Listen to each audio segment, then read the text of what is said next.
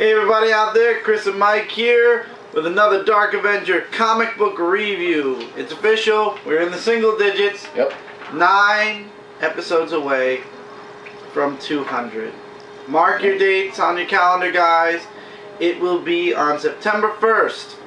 Yeah, I know a lot of you guys hate September, but we're going to be celebrating actually on the last day of August. August 30th, I believe. There's no 31 days in August, is there? I don't think so. Either way, either the 30th or the 31st, we will be celebrating. You're not going to throw it? Because usually you...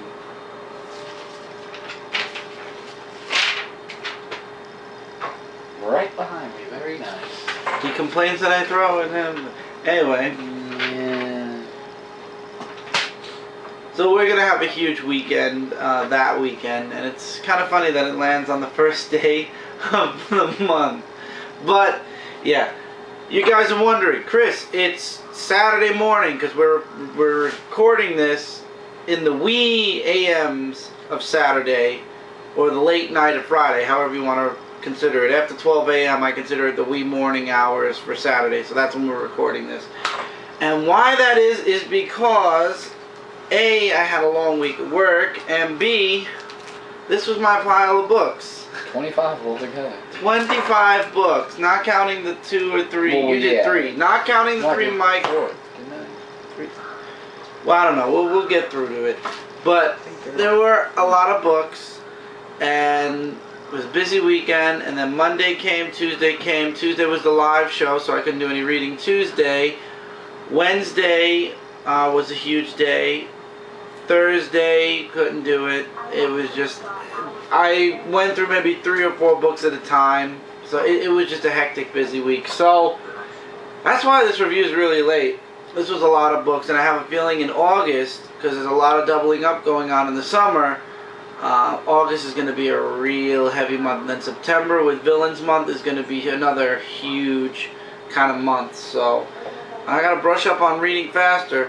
There are a lot of books this week, guys. So this is also, by the way, the week of June 26th, 2013, the last week of June, and that's why there's so many books.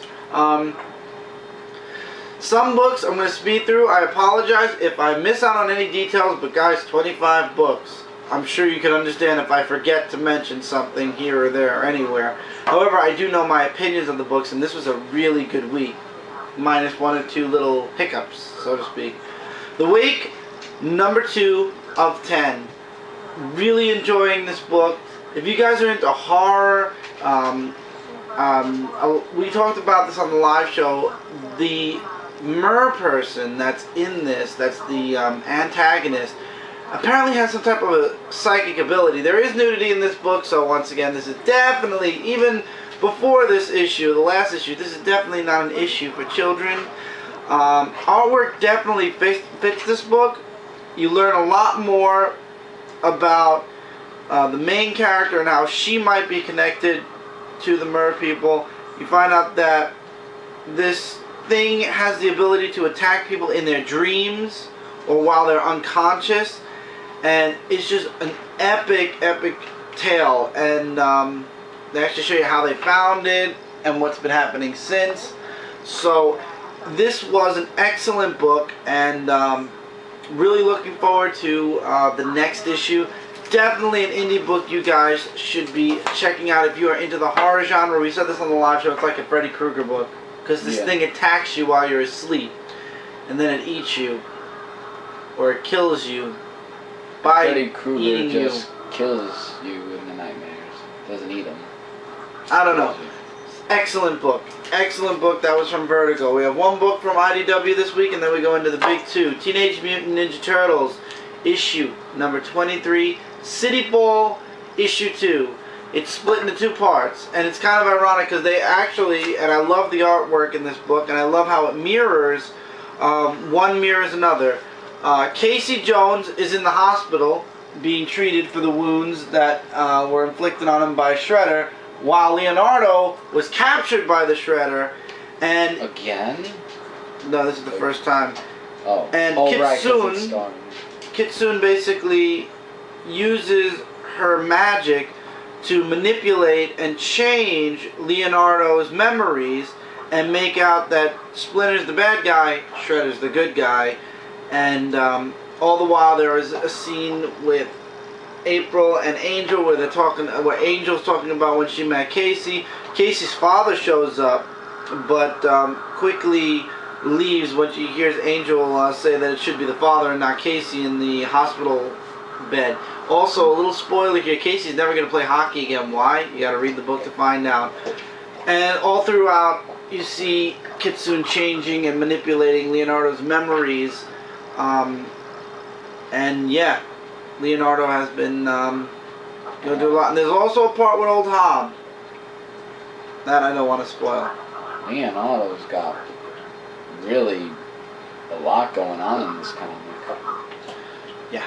It's basically Leonardo and Casey mirroring. One's dying and one is being manipulated. So it's going to be very interesting to see where this City Fall. There was a story arc back in the 80s called City Fall, and that's what's going on in the Ultimate Collections Volumes 3 and 4. That's the original Kevin Eastman City Fall. This is the modern age, new age, current age City Fall story arc, and it is shaping up to be huge. Guys, if you have not been checking this book out, please give this book a check out. Go an issue back. Teenage Mutant Ninja Turtles, this is not like your kiddie Teenage Mutant Ninja Turtles from yesteryear that you saw on TV. As much as me and Mike loved that, this book is definitely a mature book, and it is really, really done well. IDW is hitting it out of the park with this series. Starting next week, the animated series is getting its own individual comic, so there'll be 2 Teenage Mutant Ninja Turtle books. Will I be getting it? No. However, I will be reading it digitally, so maybe I'll be doing reviews digitally on it, but I'm only going to be sticking with the main Turtle title and the micro series. We're now in Marvel. Wolverine issue 5 continues the story arc from the recent issue. My one complaint is this just does not feel like a Wolverine story. Wolverine is fighting these things, and it's basically, in the end, the whole point is, can Wolverine drown? That's the whole point of this whole book. Nick Fury gets taken over by this bacteria. All the SHIELD people get taken over except the ones that wear masks that don't breathe in air, the air, because it's apparently an airborne thing, and since Wolverine has a healing factor... They have the oxygen tanks, yeah, that's what you mean. And since Wolverine has a healing factor, he doesn't have to worry about it. He's all the way underwater. He's on a SHIELD helicarrier that can actually go underwater. I believe that's like from the movie. Yeah. And yeah, so Wolverine's still being tested. If this issue did not come out next week, and I had already pre-ordered it before actually getting this issue, not next week, this week. No, actually next week. Yeah, if I would have known about this issue sooner, I probably would not have gotten the next one. But I will finish out Drowning Logan after all. But this just doesn't feel like a Wolverine book. The Savage Wolverine book kind of has more of a Wolverine feel to it. This just feels like a story that has Wolverine thrown in it. They even make references to the Avengers, nothing to the X-Men. Now, granted, he is an Avenger, but still, it's taking a different direction. It's not a solo book. I feel like it just doesn't feel like Wolverine. Okay, I guess. Average. It was an average read. Young Avengers issue 6 actually is a deviation from the original Young Avengers, and it goes into 2 other previous Young Avengers, Speed and Progeny. I want to make sure I said his name right, but I believe it is Progeny. The names are, I love this book right in front.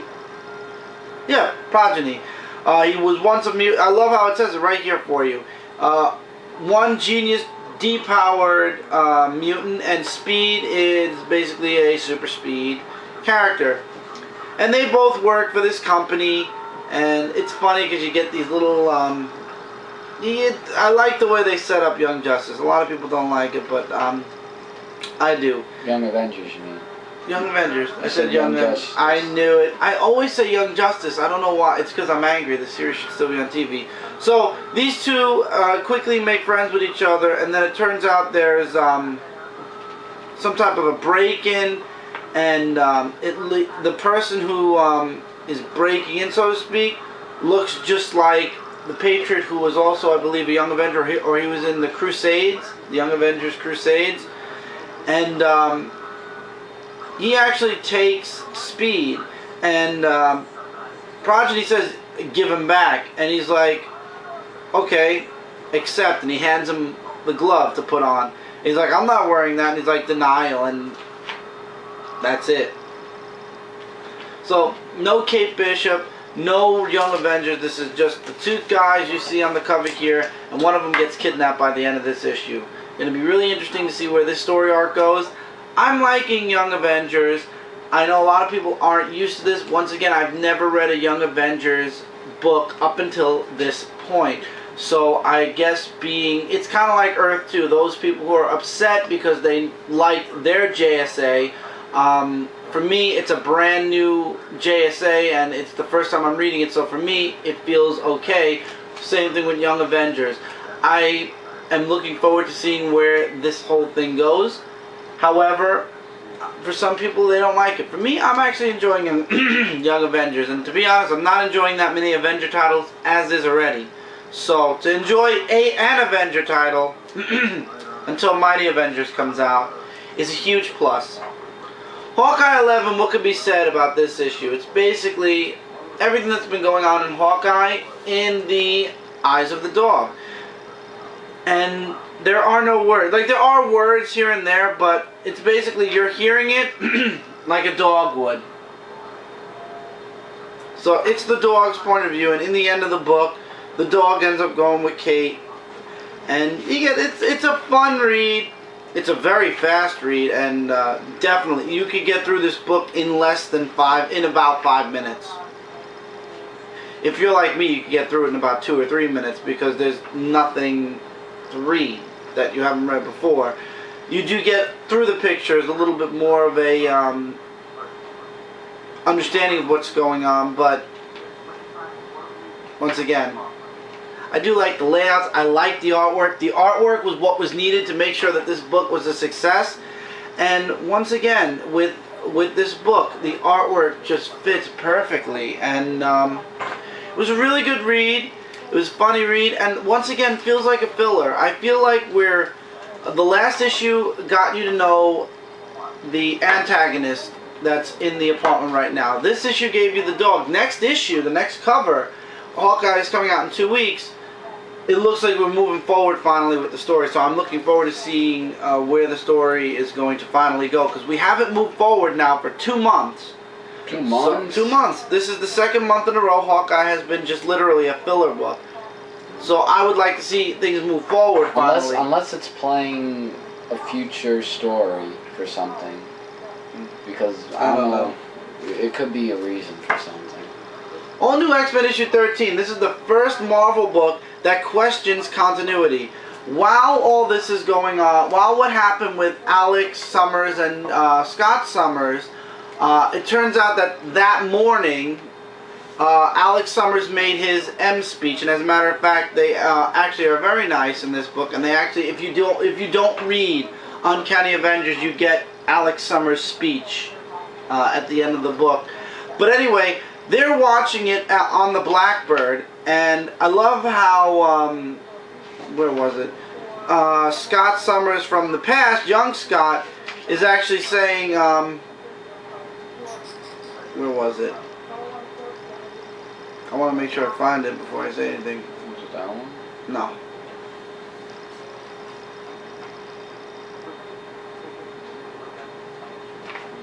I'm trying to find it. Well, the artwork does look good. Artwork is very good. I wanted to find it so I'll be able to quote it perfectly. Oh, he said this and then went looking for us all in the same day? That's kind of questioning the continuity.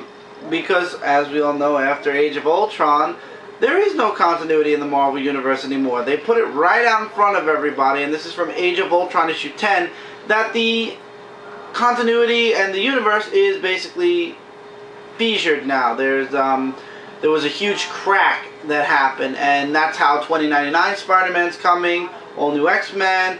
They showed a bunch of teaser pictures that'll probably end up somewhere in the future for the Marvel U, but basically, no book is connected anymore. That feature did that, and I love how in this book, Scott Summers actually says, how was he able to do that speech in the morning and still come to us in the same day? It's impossible. But I liked it. So in the beginning of the book begins where it ends. It starts off with Jean Grey as the Phoenix, so the Phoenix is back once again in the Marvel Universe, and then jumps 6 hours into the past where Wolverine and the young X-Men are tracking down Mystique and Sabretooth and figuring out what the heck's going on. So Mystique actually, her plan starts to move forward a bit. She wants to pay Madam Hydra for Manipur. That's where all the money's for. What she wants from Manipur, we'll never know. But thank God our trusty young X-Men, or all new X-Men, show up to save the day. And Lady, oh God, what's her name? Lady something. They're not going to give the name, probably. No. I forgot her name, but it's the woman, it's the girl that's with Mystique.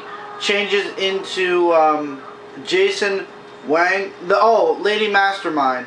Changes into her, or sends out an astral projection of her father, the original Mastermind, and somehow that triggers the Phoenix Force in Jean. I feel like I give more spoilers because we're already in this week's books, which, by the way, guys, has not been delivered to me, obviously because of the 4th of July, so I'm hoping it'll show up tomorrow, or else we're going to have another late comic book review, but that's not on any fault of my own, it's on the fault of nothing came. So I feel like I can give you guys a couple more spoilers when it comes to these books, because these books have been out for over a week now, so I'm guessing everybody heard the gist of these books. Pretty point A to point B issue. I love the questioning of continuity, especially from young Scott Summers. And it's also funny that Sabretooth and Mystique are here, because in a book we're going to get to very soon, they're somewhere else at the exact same time. So, let's go into Scarlet Spider issue 18. So, Scarlet Spider killed Wolverine in the last issue. We all know Wolverine has a healing factor. And it's basically this big plan, or big setup. Wolverine comes back to life, and now basically we get Scarlet Spider and Wolverine versus the, oh God, what are they called? The Guild, I believe. Guild of Assassins. Yeah, the Assassins Guild. I was going to say. And the artwork for this book was phenomenal. I really, really like the artwork in this book. It's a step up from what it was before. So it's Wolverine and Scarlet Spider versus the Assassin's Guild. The head of the Assassin's Guild is warning Belladonna, is warning Kane that he needs to be put down because the Red Death is coming, and he's not listening really to her. And then at the end of the book, I won't spoil it, but let's just say things start catching up to Kane, and he starts saying, maybe I should have just killed Wolverine after all. That would have been the easiest way out. But this was a really good read. I'm enjoying Scarlet Spider. The artwork's enjoyable as well. We don't see Kane at all. We just see straight up Scarlet Spider action. It's a heavy action book. Really good. Now, we talked about Mystique and Sabretooth in All New X-Men, and they're doing their own thing.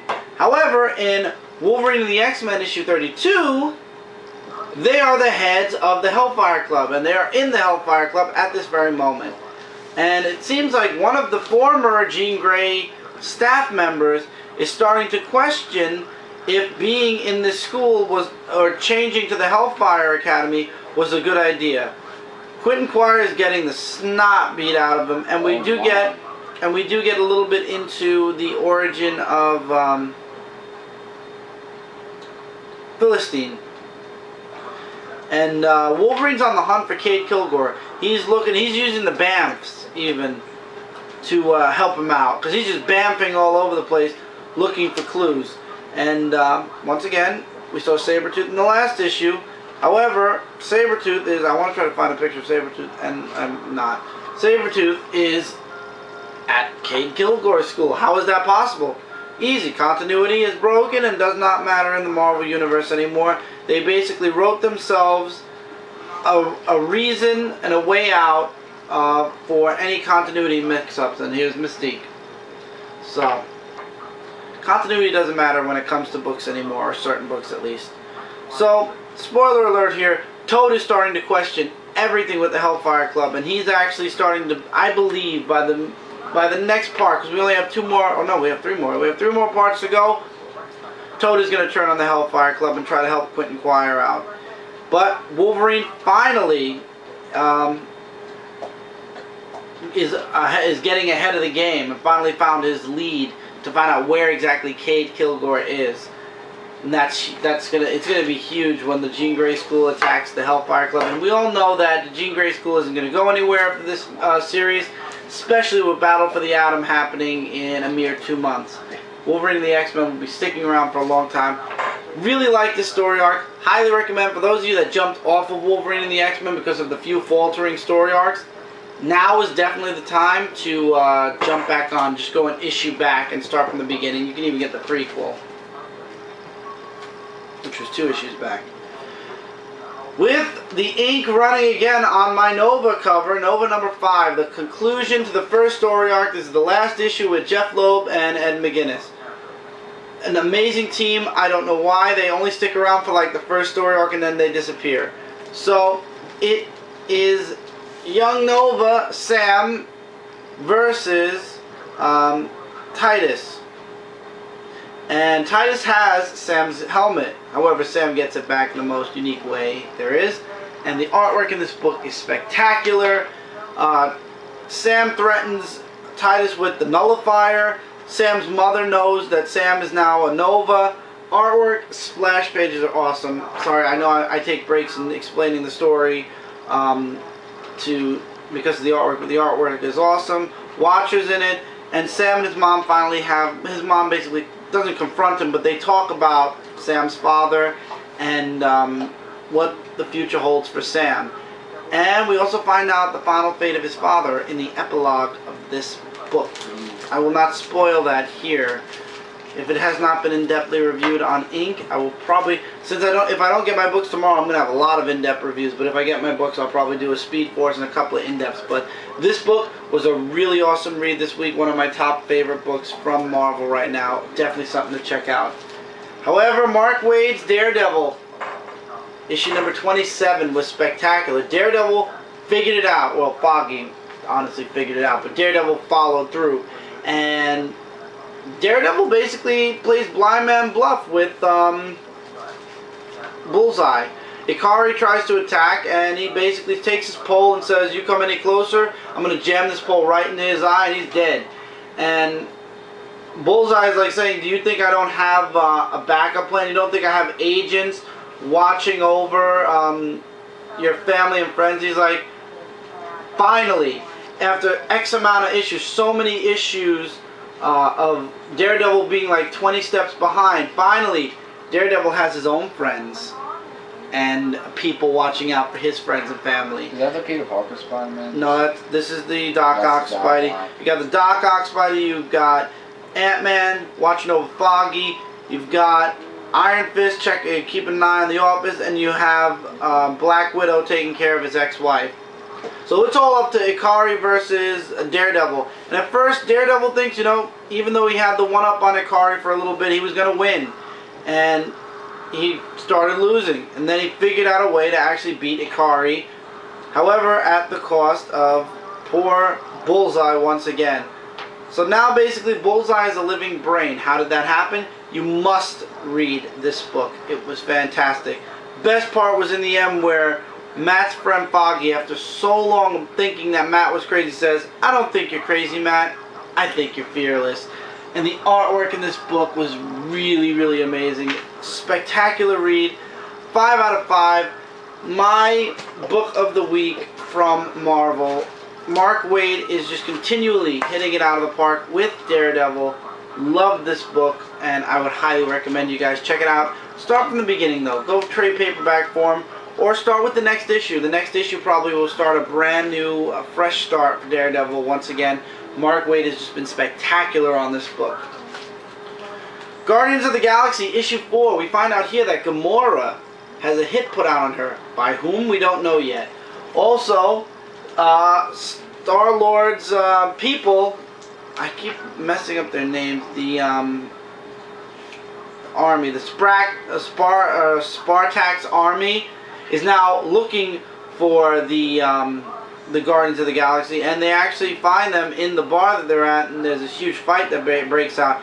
High action-packed issue. Pepper makes a guest appearance, and Tony Stark's asking, you know, you should send the Avengers to England to make sure everything's okay. She's like, yeah. He's like, the Earth is still spinning though, right? She's like, yeah. Why? Tony, are we in trouble? He's like, I don't know. As soon as I figure it out, you'll be the first to know. So, basically, Tony's in space to make sure nothing attacks Earth. That's what we find out in this issue. And Gamora actually gets saved by Rocket Raccoon. So, there are a lot of people gunning for the Guardians of the Galaxy. And artwork is, as always, spectacular. I want to try to find a good page to show you guys. There you go. There was a funny scene in here where Gamora kind of says, can you handle me, to Tony Stark. He's like, I can handle you. And you just see him in bed going, ouch. So, ouch, Tony. Ouch. And finally this week, from Marvel, Avengers, Age of Ultron. Oh, I keep calling it Avengers because it says AI. Age of Ultron 10 AI. What is this? Basically, through Age of Ultron, Wolverine and Invisible Woman, Sue Storm, believed that the world would be better without Hank Pym. Killing Hank Pym would prevent Ultron from being created and the world would be a better place. Actually, it was quite the opposite. Without Hank Pym around, the world ended a lot sooner than we expected. The Avengers never beat Loki and the world just ended, period. And you didn't need the entire Age of Ultron. If you read issue 10 and 10 AI, you were good. But this basically sets you up. Really, this is a story about Hank Pym reliving when he was a child, how his inventiveness and creativity grew, and then he decides, you know what, I'm going to go back to being Giant Man. And you see a couple of pages where he's Giant Man, he's Ant-Man, he's helping people, he's saving people. And the funniest line, though, in this book was, I feel as if I've been given a second chance at everything. As if this is the beginning of a whole new way of life for Dr. Hank Pym, who matters. I laughed when that last "who matters." It's like, yeah, thank you for acknowledging that you matter.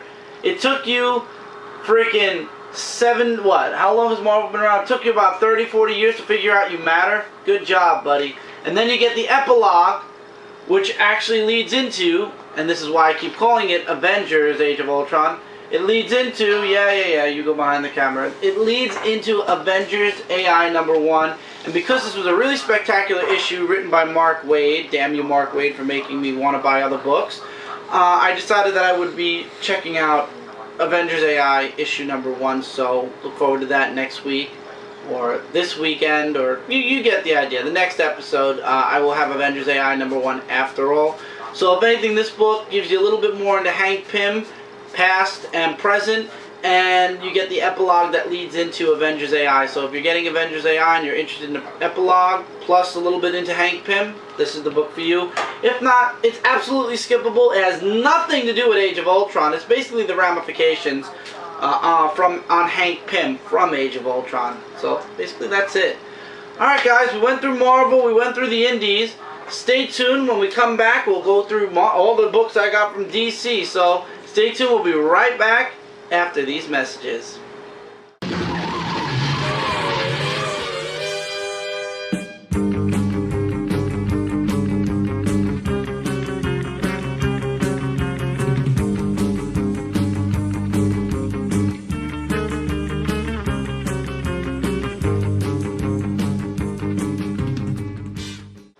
Hey everybody, and welcome back to this week's Dark Avenger Comic Book Review. About almost a week late, and we are trudging into the early morning hours of Saturday, and we are now in DC Comics. Injustice: Gods Among Us, issue 6. For those of you that were wondering throughout the video game how Damian Wayne killed Nightwing, yes, I spoiled the game because by now anybody who really wanted to play the game played it, beat it, has the DLC, and is probably loving the game. I'm not a fighting game person. Basically, you find out how he does it here. And Damian Wayne kills Nightwing in the stupidest way possible. Basically, Nightwing, not paying attention, gets hit in the head with one of his bow staffs. Basically, Damian Wayne throws it at him. He gets all woozy-eyed, falls backwards, and on this ever so small rock, cracks his neck and dies. Wow. I think it was the... All on one page.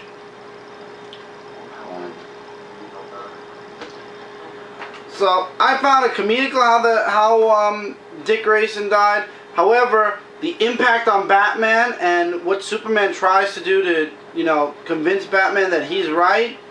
Yeah, Batman has officially lost it. That's it.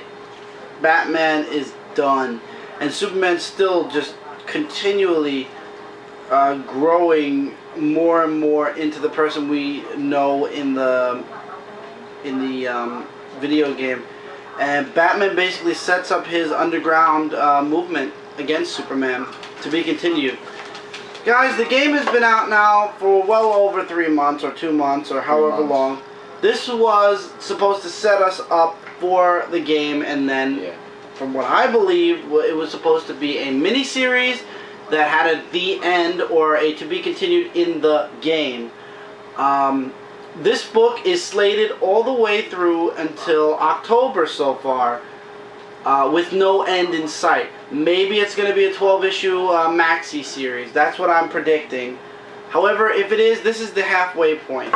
If I was confirmed that this was a maxi series, I would buy the rest of the series. However, this looks like it's going to be one of those Elseworld Tales ongoing series. And to be honest, as the game and this comic they were both really amazing. I'm not able, financially wise, nor it's not a story that should be continually moving, you know, going forwarder and forwarder and forwarder. There needs to be at the end, because we all know how it's going to end, because we've all played or saw gameplay of the game, so we all know what it's going to boil down to in the end. So this definitely needs the end, in my opinion. This is a digital first book. I don't really read too many digital first books. I only read Smallville, Batman Beyond Unlimited, which is soon changing the universe, and Injustice, which I'm actually dropping now. So I don't count it as the mainstream DCU like these books. Okay, All-Star Western featuring Jonah Hex, issue number 21 with Batwing. How the heck is Batwing in it? I didn't get to read that issue. I'm going to explain it to you. And yes, there is a Stormwatch issue, but I'm not going to explain. If you want to find out, just watch the in-depth comic review on Dark Avenger Inc. So it starts off where Jonah Hex and Booster Gold are running away from Romeo, who wants his gold back because Booster Gold stole the gold. That's a funny picture of Booster. Yeah, I'll show some artwork, which is great artwork, if I'm showing it or not. They go into a little bit of a... I'm sorry if the artwork's a bit far from the camera, guys. We don't have somebody holding the camera anymore to zoom in and out. They fall onto their, I don't know, death, because it's just blood everywhere. And Jonah Hex winds up in Gotham City.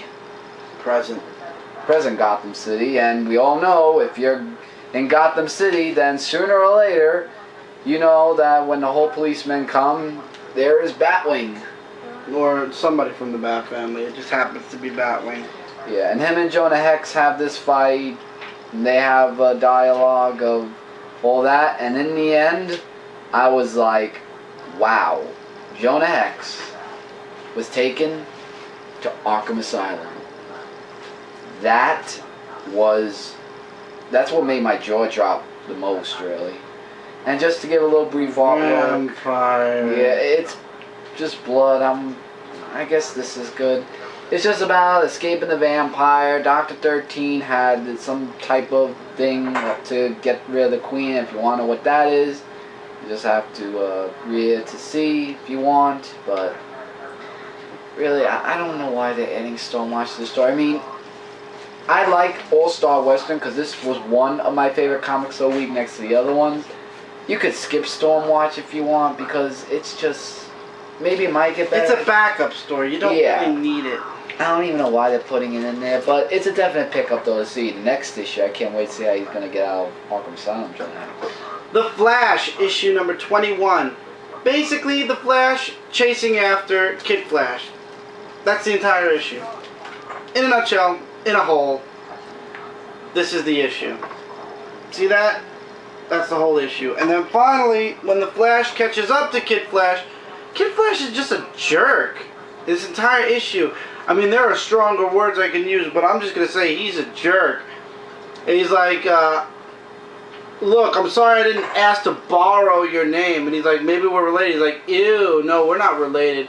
And he's like, that's fine. I want you to know I care about you. You know, I care to know about you. I want to know more about you. I am. And he's like, don't tell me who you are. I don't care. He's like, I just want to help. You know, you're going to take it from me. The past always catches up to you. Are you sure you're going to be ready when it does? He's like, I was born ready. Besides, anyone messes with me, I have my friends to back me up. And that's when the Titans, I guess, show up. And there was another part here, actually, where, where was it? Was it in the beginning over here? Well, oh, yeah, where Flash grabs, I think that was the, no, before that. Flash touches Kid Flash, and he accesses the Speed Force and finds out that Kid Flash is not exactly, not only is he not from their time, but it's basically, he's not exactly using the Speed Force to, run really fast either. It's more alien. So, also, Sprint gets to meet the Reverse Flash, who we all know it has to be Wally West at this point.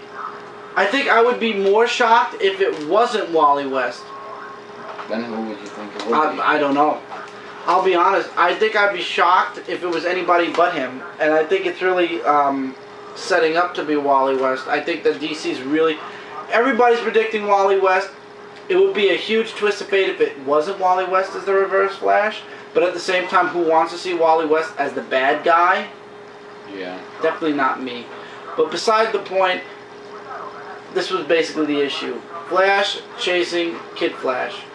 And learning about Kid Flash. No, not really. He doesn't learn anything about Kid Flash. No. We, the readers, like, he's not, like, all nice. So I didn't really like this issue. The personality issue. Yeah, I didn't really like this issue. There was no build up. There's no what's the word I'm looking for? There was no development between Kid Flash and Flash. They're basically at the exact same point they were before ever meeting. Kid Flash basically doesn't want anything to do with the regular Flash, with Flash, period. And Flash basically, all he could say is, okay, this kid is definitely not the one that's murdering people with my symbol on his chest. And that's it. That's the entire issue. So, definitely not the old DC universe, because in the old DC universe, Bart and Flash were like this, you know, and Bart was related. I don't know. It's just a thing, I guess. Teen Titans issue 21. It's the Titans versus Raven's brothers, and basically they find out the hard way. They're not so easy to take down, so they end up separating the three brothers, and you get to see Superboy with Raven's skin, and he's actually saying, I don't know how Raven could deal with this her entire life. You have Bunker and Wonder Girl versus another brother. You have Speedy. Oh, that's really good. You have Kid Flash and Solace facing another one, and then finally you have Superboy, Red Robin, and I believe Raven. Raven and Beast Boy fighting the third brother. And basically the whole issue is a bunch of fighting. And there actually is a kiss in the book, which is kind of funny. Wow. And let's just say some of the Titans aren't exactly going to be so fun to play with in the next issue. Because there's next the Dark Titans. Oh boy. Some of them were actually touched by Trigon, and that's not good. That's never good. But this was a really high impact, action-packed issue. It was a fun read. I'm enjoying it. Is it the Teen Titans I loved from back before the New 52? No. However, it was still an enjoyment to read. I would definitely recommend Teen Titans, but not right now. If you jump on now, you'll be completely lost. Either go back and trade paperback previous issues, or wait till this story arc's over and then jump on. Batman the Dark Knight issue 21, the final part to the Mad Hatter. My God, this book was gripping. It was awesome. The artwork in it was good. And there's that point where Batman basically takes down, not just Tweedledee and Tweedledum, but he takes down the Mad Hatter, and he really wails into the Mad Hatter, and he just knocks him into a river or a pond, I think it is, and he basically turns around and walks away and because the Mad Hatter's knocked out cold. He's like, I'll let him drown, and Alfred, the voice of reason, is screaming at him, you don't do this, you can't do this, because then it will be true, then you'll be no different from them. And Batman ends up saving the Mad Hatter. And yeah, he lost the girl he loved because of the Mad Hatter. She's dead. The bat signal is destroyed, for the time being at least. And already Batman's being called for work. And I love how Alfred's like, maybe taking a leave while you still, maybe taking a leave while you still can, and I don't think so. He's there. He's like, "What's up? You rang." And it's the end. Next issue, I believe, is the Clayface saga. I didn't want to stick around, but actually, I'm more intrigued to see the first meeting with Clayface. So I actually might stick around for Batman the Dark Knight. This was a very enjoyable issue. It was crazy from issue 1 of this story arc all the way through. Definitely something I would recommend. If you haven't read it individually, definitely check out the trade paperback for this. And I'll be back for the next issue, absolutely. Next we have 2 Superman books. First, Superman issue 21. Following off of what happened in previous Superman issues, the Hive wants Hector Hammond. And the title's cut off for the first time in Superman. Yeah, I think this was a print mistake. I think this was a print mistake. I don't think it'll happen again, because it didn't happen in any other book. The Hive wants Hector Hammond, and you get your first look at, well, at least in the Superman books, you get your first look at the Hive. And the Hive go to break Hector Hammond out. Clark is following a lead on a story, and Hector Hammond gets released. However, the Hive wants to take him and assimilate him in. They don't want him to use his mind. They want to have his mind so they're able to save the world, so to speak. However, of course, things go wrong. Hector Hammond gets free, and things aren't looking so good for Metropolis anymore. So this looks like a job, as they always say, for Superman. Superman comes flying in. He has to save Lois Lane. He has to save Perry White, and he talks with Jimmy. This is interesting, actually. I did not know this. It's probably because I ran through most of the older Superman issues.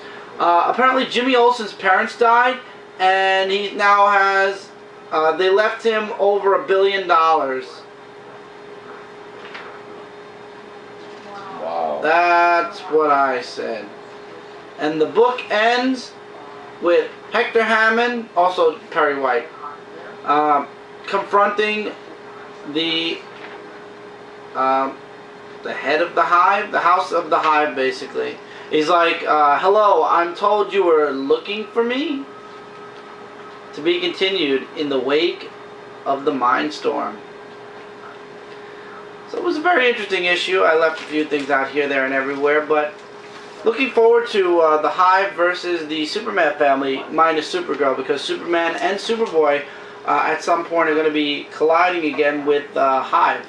So definitely something to read. Superman and Action Comics, and especially Superman Unchained. The Superman books in general really are going up. They've been going up since issues 19s and before, actually, story arcs before it. Digital First, Adventures of Superman issue number 2. The classic Superman, the one with the trunks and the superpowers, and apparently he's still not married to Lois Lane yet. First story is about a man who shows up.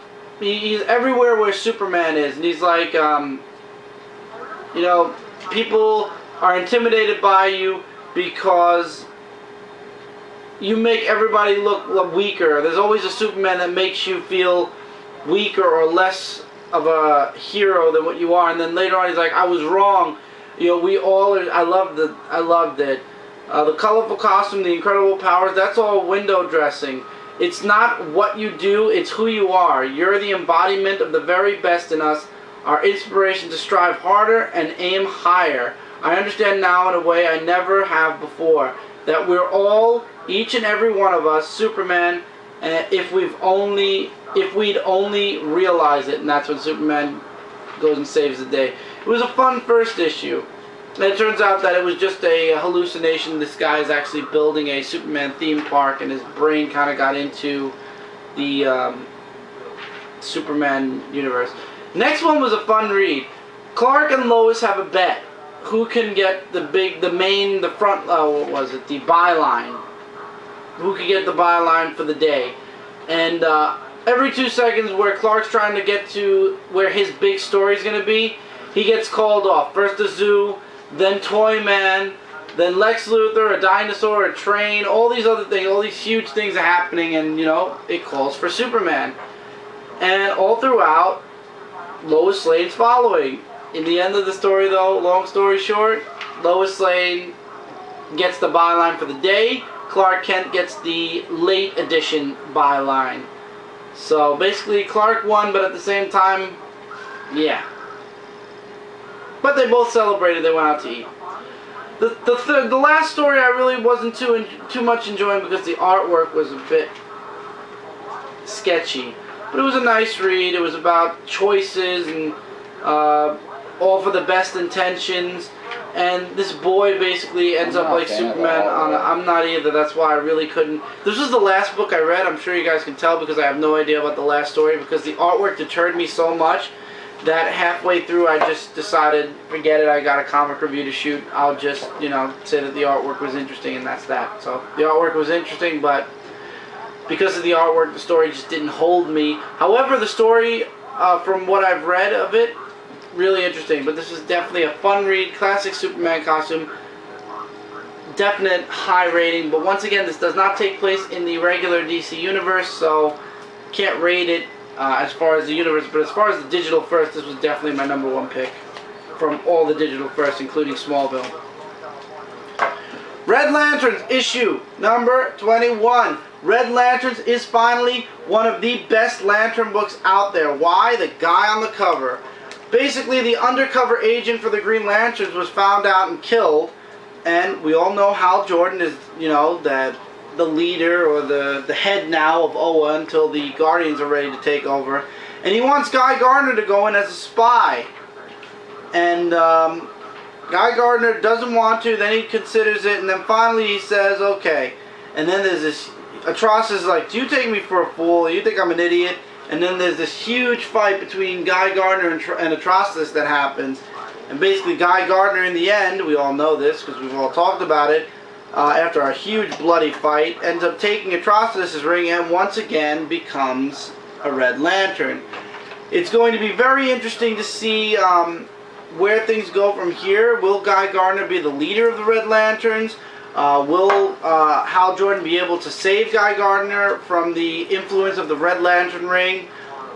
So many possibilities, but this was one of the best Lantern books that came out this month. I really enjoyed Red Lanterns, and I think that especially after the shaky beginning of this series, it's good to see finally that the series is picking up high, really high. Definitely highly recommend you guys check out the first new story arc issue for Red Lanterns in Red Lanterns 21. Next is Mike's book. And while you do that, I'm going to get a drink because I had a funny feeling you were yeah, because I coughed, right? Yeah, Justice League of America issue number 5. Question: is Catwoman dead? Nope. Or not? I was getting to We all knew nope. Well, the cover is, well, first of all, we get Simon Baz, who is interested in joining the Justice League. But after finally, after how many issues? And we find out Catwoman is alive due to John Jones, who could morph into that. And artwork's great in this issue. So it's basically the Justice League of America going against Secret Society with their robots as well. Stargirl helps out in this issue, and she's a big help in that. And it's just really all talking, and with Dr. Ivo in it as well. Him and Green Arrow have a talk. And they meet up with a new character who goes by the name of Kronos. He's going to play a interesting character in this comic book. New character? He's not a new character. Kronos has been around before. Well, it's like showing that. Oh. Director Waller, I really hate her. Yeah, we all hate her. She wants to disband Justice League, and Colonel Steve Trevor's like, no, because if they go, I go. And he's just saying the whole thing that even though we didn't get the job done, we're still gonna, you know, move forward and get it done eventually. Like they could be tomorrow's greatest heroes. So here's Simon Boz, who joins the Justice League. That's why the Green Lantern ring was in the front. According to Dr. Light, though, things don't look too well for him in this issue, so that's to be continued. Second story is John Jones and Catwoman, how he took Catwoman's place in that I love the last page where he ended up somewhere.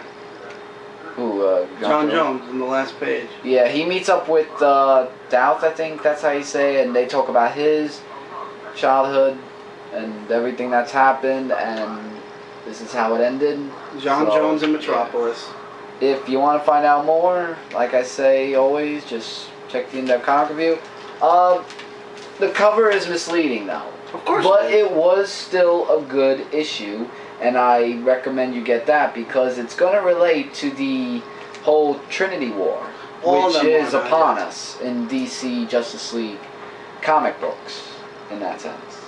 But definitely recommend it. Next up is my Justice League book, Justice League issue 21. For those of you, like me, who have been skimming the Shazam story at the end of each Justice League book, this book has nothing to do with the Justice League. This is the full-fledged, this book is all 100% from cover to cover, Shazam versus Black Adam.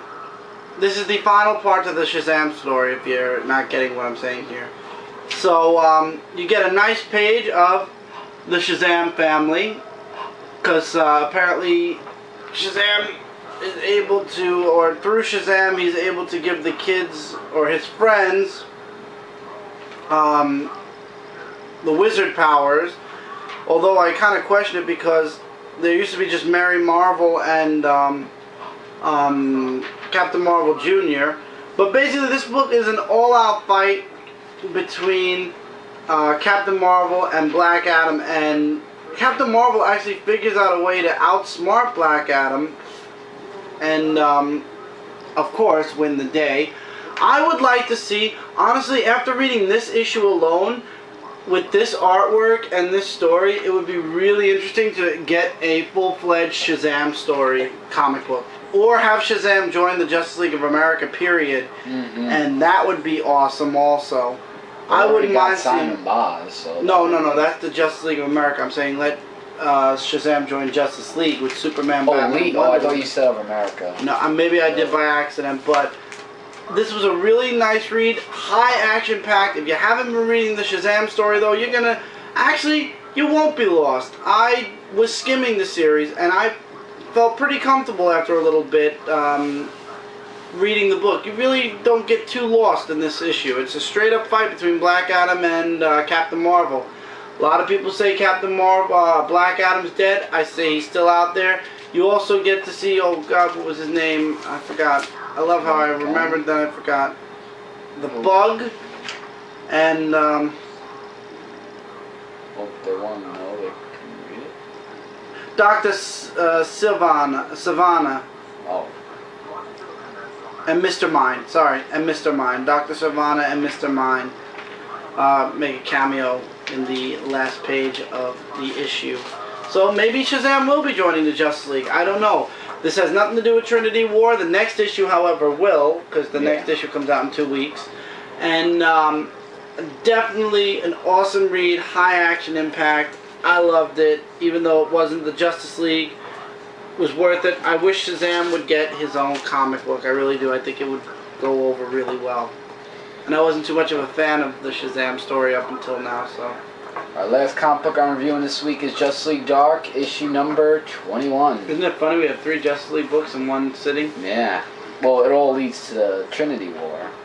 So it's basically about Madame Xanadu going against Dr. Destiny, and basically just to sum it up, Frankenstein goes like really crazy, like vengeance, like crazy. Artwork is phenomenal as always. It's not power, it's vengeance.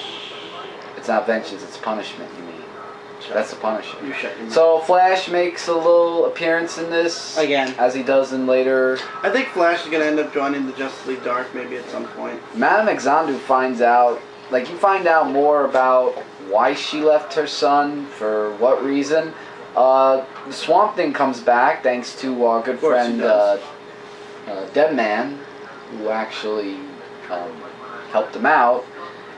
And yeah, so like I said, Flash makes an appearance again, and he helps out with the Justice League Dark team. Madame Xanadu takes care of Dr. Destiny in a very slice and dicing way. Hint, hint. Very dicey. Things get very dicey. And the next issue? And the next issue is Trinity War. So that starts the Trinity War of Justice League Dark versus Justice League of America versus Justice League. Along with Phantom Stranger, who's going to have an issue connecting to it, right? Mm-hmm. Yeah. But this issue was another one of my favorite comic books this week. Highly recommend you pick this up. It's leading to the Trinity War, which you guys will not want to miss in the event of the DC Universe. Absolutely. And there are 2 more books left. They're number 1s. However, this is about to run out, so that means that's about to run out. So Mike's just going to run a little bit behind the camera, take this with you really quickly. He's going to push a button. For you guys, it's going to be like I didn't do, or we didn't go anywhere. But for me, it's going to be a click of the button. So give us just 1 second. And we're back. So, 1 second for you guys was 2 clicks for me. It's weird standing still for that time. But anyway, we have 2 number 1s that came out of Marvel this week. And there's definitely going to be a debate on Dark Avenger Inc. First up is Batman Superman issue 1. I agree with everybody on the live show that, first of all, I do like the fact that it is a glossy cover. However, Jay Lee's art, as much as it fit this book feels like a very Halloween-y book. Jay Lee draws all of his characters to look very Asian and very, I don't know. I'm just not a fan of Jay Lee's artwork at all. However, I believe Jay Lee will be leaving the book after this first story arc because Greg Pak is writing. Which is how many issues? The first story arc? I think like 4. I think yeah, because of the trade paperback. This was June, July, August, 3 issues. Because then September is going to be the Villains Month. Right. So I believe, I could be wrong, but Villains Month has whenever it happens. Yeah, the Batman Superman book for Villains Month, which is Doomsday, has a different artist in it. So I'm led to believe that Jay Lee's not sticking around. Oh, that's that Doomsday we saw, right? I'm not a fan of the Halloween-y artwork. And then in the second part of the story, you get a different artist. Actually, Jay Lee does not stick around in the entire book. After the story takes a turn, the artwork changes. And actually, I like this artwork a bit more than the Jay Lee artwork. Jay Lee's artwork is definitely something for covers and for Halloween books, not for a Superman Batman book. So Clark's in Gotham, meets up with Bruce Wayne, and they're talking about about 3 murders that happened with his people in Metropolis. Bruce Wayne goes off. One page, and me and Philly Superman Jay agree, that was really awesome was this page where both Bruce and Clark are talking about their fathers. What are you doing? This was the only, I thought there was a fly. Oh. This was the only page that actually was really awesome. And then Catwoman's in the book, but Catwoman's possessed. Batman shows up to stop Catwoman. Superman shows up. This is the first meeting. And, yeah, the first meeting, obviously, just like in all the comics and all the cartoons, yeah, it doesn't go over so well. Superman thinks Batman's the bad guy. Batman has to figure out a way to get away from Superman without getting killed.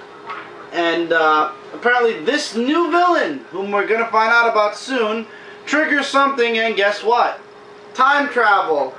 The Batman from, how many years ago was this? From years ago disappears. However, the Superman from years ago gets teleported somewhere, which is Smallville, and he meets up with present day, not past, present day Batman, because he actually makes mention of the fact that Batman's costume changed, and Batman actually says, Clark, what's wrong with you? He's like, how do you know my name? Goes into a rage thing, and then Batman pulls out the kryptonite, and he's like, it's set to your power level, which is kind of weird. This isn't Dragon Ball Z. He's like, wait a minute, your power level is a lot lower than what it was before. And then Superman just grabs the kryptonite and tosses it, and then he wails in on present-day Batman. We have no idea how past Superman and present-day Batman ended up in this time.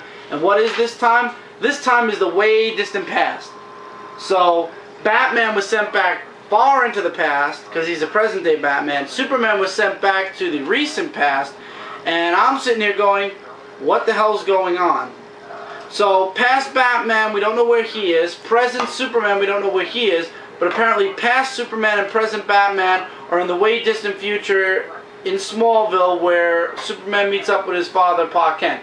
This is kind of funny, and of course it's for the movies. It's funny how they DC killed the Clark's parents. I feel like there's a fly that's flying around me. I don't know, don't you feel like I see something? Basically, DC killed Clark's parents, and Superman was supposed to grow up alone, just like the classic days. Yet, in almost every single comic book so far, in every single issue of every single comic except so far Superman Unchained, the Kents, or most dominantly, Pa Kent, has made an appearance. Now, I know a lot of people actually said they're dropping the book, the story was completely cuckoo for Cocoa Puffs, and they'll come back when the next story arc happens. Unlike everybody else, I'm so confused with this entire story that I have to get issue 2 just to see if it'll explain anything. And of course, if it doesn't, I'll wait for Villains Month, and then after Villains Month, I'll move forward again with this series. But I definitely wanted to try issue 1. Do I regret it? No. But at the same time, I don't like Jay Lee's artwork at all. And the story kind of has me going, what happened? So I'm questioning it a lot. Final first issue of this week and book of the week from DC Comics is Larfleeze #1. Love it. This had a lot of humor in it. I feel like, without breaking the fourth wall, because Larfleeze doesn't break the fourth wall, he talks in the third person now. Larfleeze is going to be like the Deadpool of the DC universe. Oh, really? Funny. He talks about his origin. Yeah, he's fun. No, he's not like Deadpool funny, like Assassin funny, but his story's funny. Apparently he has this guy who's like a butler, and I don't know what his name is though. Yeah, but basically Larfleeze had to destroy his power battery, so there's only about 15 minutes left in his ring before it dies. And he has this butler who reminds me of the butler from The Nanny. You remember the Nanny's butler? Oh yeah. And Larfleeze decides, you know what? I'm not overreacting, I'm Larfleeze. And he's like, I'll tell you my story. He's like, sir, we don't have time. He's like, this is fascinating, but don't you think we should go? He's like, shut up, you keep interrupting me, and we'll just sit here and do nothing. He says, oh, well, in that case, by all means, continue. And in the beginning, he's saying how I had a loving mother and a loving father and loving brothers, yet his mother and father were jerks, and his brothers beat the crap out of him. But then after that, the story kind of took true. His home planet was invaded, he was put into slavery, he then became, he found a way to escape, became a bandit, and then from there we know the rest of the story, where Larfleeze ended up finding the Orange Lantern and becoming the Orange Lantern. However, he made a deal with the Guardians to stay on whatever planet it was, I forgot. Oh wait, actually, I should say it over. It's in the Vegas system. Oh, right there. Ulcara. Yeah. And he became the Orange Lantern. Artwork's good. Oh, definitely. Then we jump into present day, where we find out that Larfleeze doesn't even need a power battery. Basically, he is the energy and power of the Orange Light, or Orange Lantern. You actually get to see that here. And he fights this big phantom dog. And then this big guy called Lord of the Hunt, I could spoil this because this book's been out for 2 weeks already, shows up, and it looks like Larfleeze is going to be fighting for his life in the next issue. And I love how in all the Lantern books they do this. When the major story arc finishes, they have a coming soon, and it says coming soon, the revolt of the Orange Lanterns. Those Orange Lanterns don't look like constructs anymore. They look like real people. Did Larfleeze lose all his constructs, and did they all become real people? That's going to be interesting to find out as this series moves forward. What a coming soon, what a coming attraction. Really awesome. Will be coming back for the next issue. I loved it. I can't wait to see where this series goes. Absolutely 5 out of 5. A definitely must check out. This, I would say, is an average read, but I need issue 2 to explain a few things that happened in issue 1. I need to know who this new supervillain is. But anyway, this, however, was just an awesome read. I highly recommend you guys check out Larfleeze #1, especially if you're a fan of the Green Lantern U. If you're not, this was still a fun read. For those of you that read the DC Comics Christmas special from a few years back, I remember that. Ever since then, I've been saying Larfleeze deserves his own series. Now they need a blue and an indigo. They will. Eventually they will. Out. Eventually they will. I hope. So it I'll took read the blue one. So will I. It took about 3 years, but Larfleeze finally has his own book. And I'm very happy, and I'm very pleased with this. I can't wait for the next issue, and yeah. So that's it for this week, guys, and we are now going into the late AMs. Yes, so let's round out this week and call it a night, because I gotta go to bed, because tomorrow's Saturday and we do videos. So, Larfleeze #1, awesome, absolutely must check out. Definitely, I highly recommend you guys check it out. Batman Superman #1, I need issue 2 to explain to me what happened in issue 1 a bit. I leave it up to you guys. Justice League Dark 21. Awesome issue, highly recommend you get it. Justice League 21, the final battle between Shazam and Black Adam. If you care, you'll buy it. If you don't, you can skip it. It has nothing to do with Justice League whatsoever.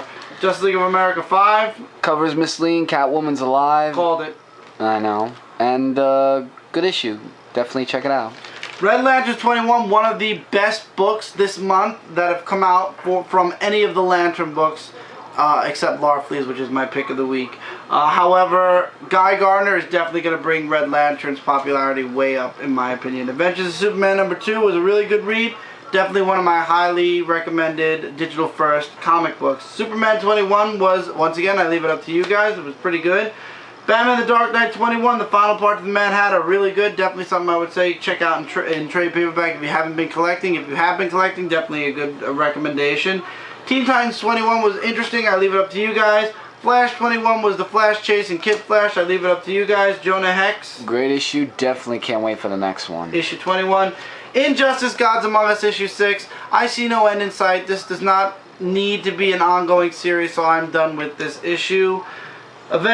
See again, Age of Ultron 10 AI, really interesting book. Do you need it? No, I leave it up to you guys if you want to get it. Guardians of the Galaxy issue 4, really good, highly recommend you check it out, as well as Daredevil issue 27, awesome read, highly recommend it.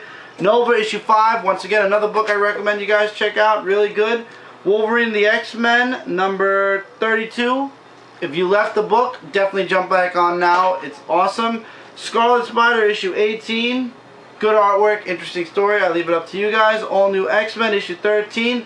I leave it up to you guys also. Hawkeye issue 11, a second filler. Now hopefully in issue 12 we'll move forward with the story arc finally, maybe. Young Avengers. I have to make sure I don't say Justice.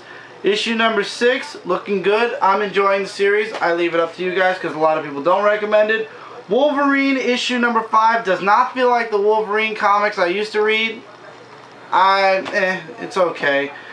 Teenage Mutant Ninja Turtles issue 23, book of the month. I highly recommend you guys check this book out. If you haven't already, you should be. Where the heck have you been for 23 months? And The Wake issue 2, awesome horror book. Definitely something you should check out. Speaking of checking out, don't forget to check out comicrelated.com for all your comic related news, reviews, and a whole bunch more. Also, don't forget to check out Dark Avenger Inc., where a bunch of us guys and gals sit down in front of a camera and review a bunch of books, talk about a bunch of different things, And we try to give you guys 110% of ourselves. If you haven't already subscribed to this channel as well as Dark Avenger Inc., please do. The website, darkavengerinc.com, will be up the first week of August. You're not going to want to miss out on that. And if we're in your sub box, you won't miss out on a single video we do.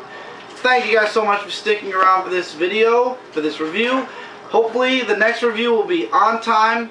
But until then, guys, take care, keep reading, keep collecting, and I will see you guys in the next video. Take care, everybody. Later, guys.